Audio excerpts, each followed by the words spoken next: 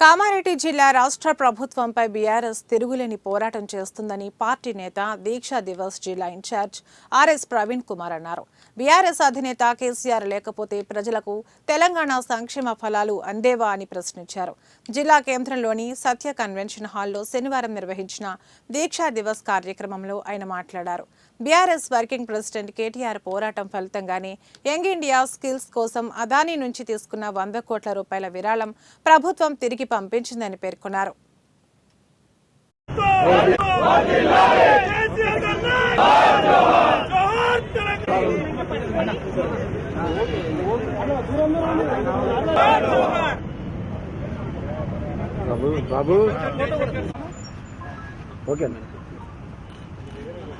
జోహార్ తెలంగాణ అమర వీరులకి, జోహార్ జోహార్, జోహార్ తెలంగాణ అమర వీరులకి, జోహార్ జోహార్, జోహార్.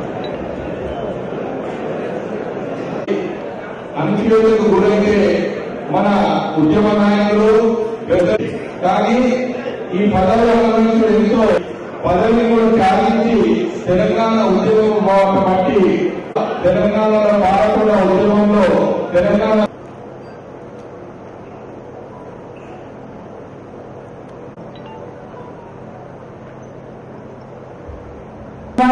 ఉద్యమం ప్రారంభించేటువంటి రోజు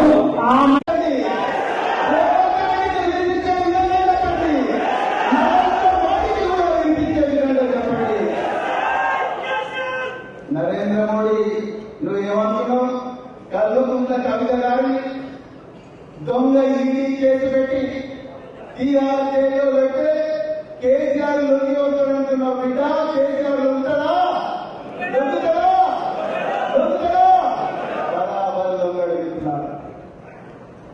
మిత్రులారా, ఇంత ద్రోహం చేస్తున్న ఆ సమయంలో అంటే 100 కోట్లు తిన్న రాబందును తీయాలంటే, ద్రోహాల చరిత్రను మళ్ళీ తిరగ రాయాలంటే, అవకాశాల మీద జరిగిన దౌర్జన్యాన్ని తిరగ రాయాలంటే, కర్మి కొట్టాలంటే, అవమానాలను కట్టుకొని నిలబడాలంటే ఒక గొప్ప నాయకుడు కావాలి. ఆ నాయకుడే మనకు కేసీఆర్ గారి రూపంలో ప్రకృతి మనకు ప్రసాదించింది. మిత్రులారా, ఆ రోజు మొదలైన ఉద్యమం 2000